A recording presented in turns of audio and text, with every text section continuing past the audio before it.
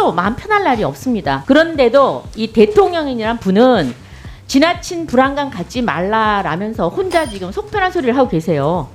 도대체 왜 이렇게 느긋하신지, 원래 성격이 느긋하신 건지, 아니면 이런 총체적 위기 상황이 파악이 제대로 안 되신 건지 정말 모를 일입니다. 요소 사태에도 정부 대책이라는 것이 결국은 고작 아껴 쓰고 나눠 쓰시라 그런 겁니다. 실장님, 이런 부분은 정말 해도 너무하다고 생각을 하는데, 혼란을 겪는 산업 현장이나 또는 국민들께 사죄할 용의는 없으십니까? 설명을 드리겠습니다. 사죄할 용의는 없으시다는 뭐를 뜻이네요. 사죄하라는 겁니까? 대처에 대해서 네, 조금 더 일찍 대처했더라 하는 아쉬움은 있지만은 아쉬움만 있을 뿐이다. 지난주 여당 대선 후보 이재명 후보가 연일 문 정부하고 선을 긋고 있지 않습니까? 대장동 게이트 몸통인 이재명 후보가 지금 부동산이 뛰고 있는 것, 그리고 대장동에 수천억 이익을 낸 것이 문정부 부동산 정책 때문이라고 합니다. 저는 이재명 후보가 대통령의 지금 탈당을 원하는 것이 아닌가 그런 생각마저 합니다. 그래서 공정한 선거 관리를 위해서라도 대통령에게 탈당을 권해보실 생각은 없으신지요?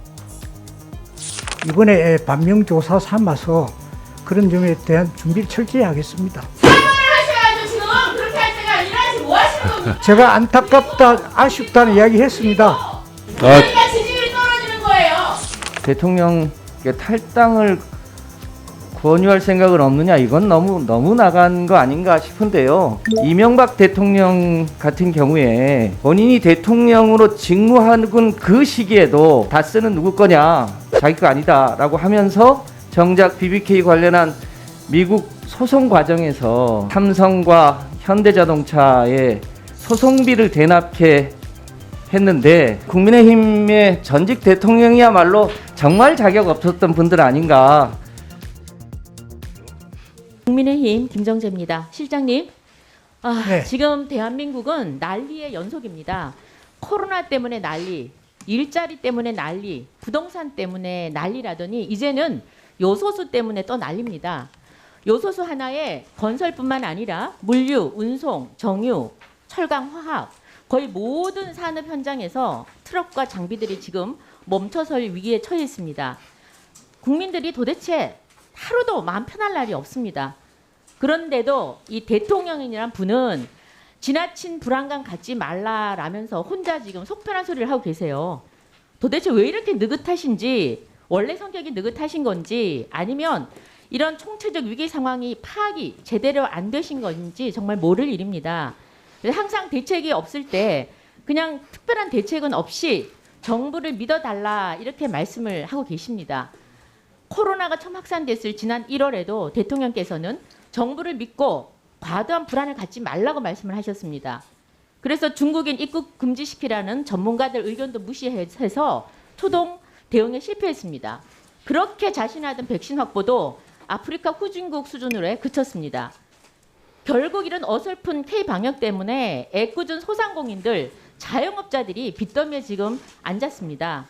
더 이상 국민들은 이렇게 만만디하는 대통령 더 이상 믿기 힘들어합니다. 문정부는 지금 양치기 정부가 된 지 오래입니다. 요소수 대란 관련해서도 마찬가지입니다. 정부가 충분히 우리 그 요소가 98%가 중국에 의존해 있다는 상황을 알고 있었고, 중국이 석탄이 부족하고 또 요소 생산에 차질이 있다는 것도 충분히 예견할 수 있었음에도 불구하고 준비를 하지 않았습니다. 더 문제는 이 사태가 벌어지고도 굉장히 늑장 대처를 한 겁니다. 지난 10월 11일 날 중국이 요소 수출 제한 조치를 발표했음에도 불구하고 열흘 동안 넋놓고 있었어요. 업계에 민원이 접수가 되고 난 다음에야 겨우 현지 공관을 통해서 어떻게 돌아가는지 동향 파악을 요청했습니다. 말이 안 되죠. 그리고 2주가 지난 다음에 업계하고 간담회를 했습니다. 20일이 지나고 난 다음에서야 국무조정실에서 회의를 합니다. 사실 회의를 한다지만 대책도 없어요. 지금 별뾰족한 대책이 없습니다. 이렇게 지금 정부가 실질적인 대책을 못 세우고 있는 데는 정말 뼈아픈 반성을 하셔야 됩니다. 코로나 사태에도 정부 대책은 마스크 쓰고 집에 있으라 이랬습니다. 요소 사태에도 정부 대책이라는 것이 결국은 고작 아껴 쓰고 나눠 쓰시라 그런 겁니다. 실장님 이런 부분은 정말 해도 너무하다고 생각을 하는데 혼란을 겪는 산업 현장이나 또는 국민들께 사죄할 용의는 없으십니까? 아까 설명을 그러니까 사죄할 요소에 용의는 대해서는 없으십니까? 충분히 드렸습니다. 또 네네. 필요하면 설명을 그러니까 드리겠습니다. 사죄할 용의는 없으시다는 뭘 뜻이네요. 사죄를 하라는 겁니까? 자, 실장님의 태도를 보면 이렇게 혼란을 겪는 산업 현장과 국민들에는 사죄할 의사가 없다. 그렇게 받아들이면 되겠습니까? 대처에 대해서 네. 조금 더 일찍 대처했더라 하는 아쉬움은 있지만은 아쉬움만 있을 뿐이다. 지난주 초부터 네. 이렇게 대처를 해서 초단기에 대한 물량은 적어도 3개월에 대한 거는 이미 언론을 통해서 발표를 했고 대통령이 어저께 말씀하신 거는 예, 이미 실장님, 저희들이 네, 준비된 알겠습니다. 내용을 알고 네네. 계시기 때문에 자, 그 실장님- 메시지가 나가고 오늘 발표가 된 네네, 겁니다. 충분히 알겠습니다. 아쉽기는 하고 늑장 대처는 했지만 사과할 것까지는 없다라고 받아들이겠습니다. 이렇게 민심을 읽지 못하는 문재인 정부를 보면서 참 안타깝습니다. 이렇게 되다 보니까 여당 대선 후보 이재명 후보가 연일 문 정부하고 선을 긋고 있지 않습니까? 굉장히 우픈 얘기인데요. 대장동 게이트 몸통인 이재명 후보가 지금 부동산이 뛰고 있는 것 그리고 대장동에 수천억 이익을 낸 것이 문정부 부동산 정책 때문이라고 합니다. 참 웃기죠. 그다음에 청년들과 최근에 그 현안 간담회를 갖고 이제 청년들이 희망을 잃은 것도 문정부 탓이라고 합니다. 이 동의하십니까? 동의하기 어렵다는 걸로 받아들이겠습니다. 참 창피한 이야기죠. 아마 대통령도 이거 보면 기도 안 찰 겁니다. 그래서 이 이재명 후보는 지금 모든 각종 페미니즘 정책 때문에 청년들 지지율이 떨어진다고 합니다. 그래서 지금 차별화를 시키기 위해서 대놓고 문재인 정부 욕을 하고 있습니다. 저는 이재명 후보가 대통령의 지금 탈당을 원하는 것이 아닌가 그런 생각마저 합니다. 그래서 공정한 선거 관리를 위해서라도 대통령에게 탈당을 권해보실 생각은 없으신지요? 저 뭐 답변을 필요를 못 느끼겠습니다. 네, 수고하셨습니다. 위원장님 조금 아까 질문에 네. 대해서는 조금 시간을 네, 주셨으면 실장님 좋겠습니다. 말씀하십시오. K방역까지 질문이 거슬러 가셨기 때문에 지난번에 말씀드렸습니다만 우리가 좀 더 일찍 백신을 확보하고 등등 했으면 안타까운 말씀드렸지만은 K방역 전체가 결과를 놓고 보면 우리가 다 따라잡았지 않습니까? 그러니까 그 과정에 국민들이 엄청난 협조와 어려움들이 희생과 봉사가 있었습니다. 그러니까 그 부분에 대해서는 정말 우리가 좀 자랑했으면 좋겠고 이 부분들이 그분들의 어떤 그게 폄훼가 되지 않았으면 좋겠다는 부탁을 드리고요.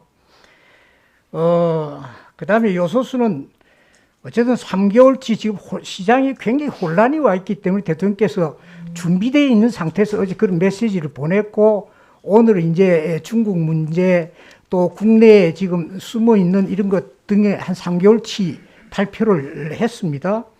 그렇게 하고 단기적으로는 중국 외에 의존도를 높이기 위한 수입 다변화에 대한 대책을 지금 접촉을 외교라인을 통해서 하고 있고요. 그 다음에 장기적으로는 요소수 외에 제2, 제3의 아까 전략물자화하는 그런 등등의 대책을 지금 세우고 있고 발표를 할 겁니다. 그러니까 조금 우리가 발빠르게 미처 대응을 못했던 아쉬움은 있다 말씀드렸고 워낙 시장이 이제 이 불안하니까 가수요도 생기고 이 유통되는 게 안 나오고 하니까 여러 가지 적절한 조치들도 취했고요. 적어도 저는 그런 부분 아쉽지만은 지난주 초부터 굉장히 발빠르게 우리가 해온 것은 지난번 수출 규제 소부장에 대한 상당한 학습 효과도 있었고 이번에 반면교사 삼아서 그런 점에 대한 준비를 철저히 하겠습니다. 실장님, 네. 참으려고 그랬는데 네, 수고하셨습니다. 늑장 기용한 거를 부끄럽게 생각하시고 사과를 하셔야죠. 지금 그렇게 할 때가 아니라 지금 뭐 하시는 겁니까? 제가 안타깝다, 아쉽다는 이야기 했습니다. 실장님 들으세요. 혼자 3분 얘기하셨으니까 저는 30초라도 하겠습니다. 그리고 국민들이 줄서 있고 이런 고통에 대해서 청와대가 적어도 공감한다면 사과를 하셔야죠. 지금 어디다가 지금 그 3개월치 마련했다고 합니까? 그럼 언론은 지금 다 장난하는 겁니까? 사례 전장은 지금 다 그냥 아웃만 치는 겁니까? 자, 그만하세요. 청와대는 겸허하게 국민들한테 미안한 마음을 가지셔야죠. 그만하세요. 네, 존경하는 이영 의원님 질의하십시오. 마이크 켜져 있다고 말이요. 혼자서 얘기를 저런 식으로 하다니. 국민이 듣고 무슨 생각을 하겠습니까? 그러니까 지지율이 떨어지는 거예요. 다 하라고 그래. 네, 저 실장님 수고 많으십니다. 오늘 뉴스 보니까 중국의 통관 절차를 밟고 있다가 일시 보류된 요소수 18,700톤. 18,700톤이 예. 조만간 한국으로 들어올 것으로 보도되는데 사실이죠? 예, 그게 아까 저 김정재 의원님 질문에 답변한 게 그겁니다. 중국에 그 보도를 했습니다. 그렇게 되면 일단 일시적인 수급은 뭐 큰 문제가 없게 되는 거죠? 말씀드렸듯이 국내에 있는 차량료나 1톤, 네.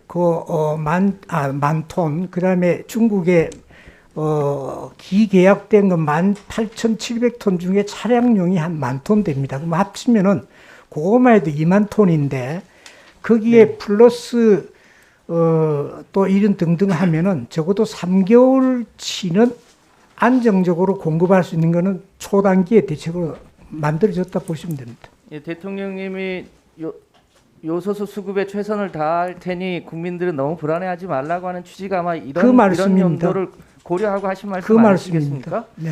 그런데 우리 김정재 의원께서 그런 상황임에도 불구하고 대통령께 탈당을 권유할 생각은 없느냐, 이건 너무 나간 거 아닌가 싶은데요.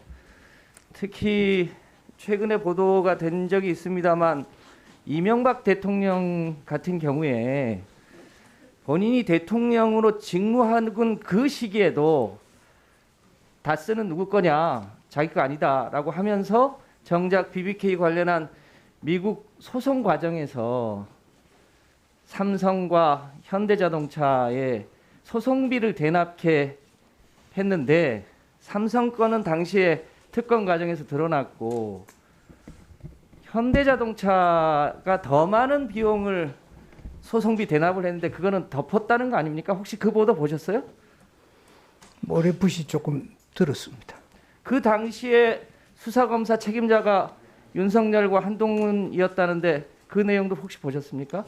뭐 언론을 통해서 뭐저 사실관계는 모릅니다만 지금 뭐 그것 때문에 옥고를 치르고 있지만 이거는 이 사실만으로도 굉장히 큰 사건 아닙니까? 드러나지 않았던 사건인데 어쨌든 철저한 수사가 필요해 보이는데 실장님 어떻게 생각하십니까? 수사관계는 제가 답변 드릴 수가 없습니다.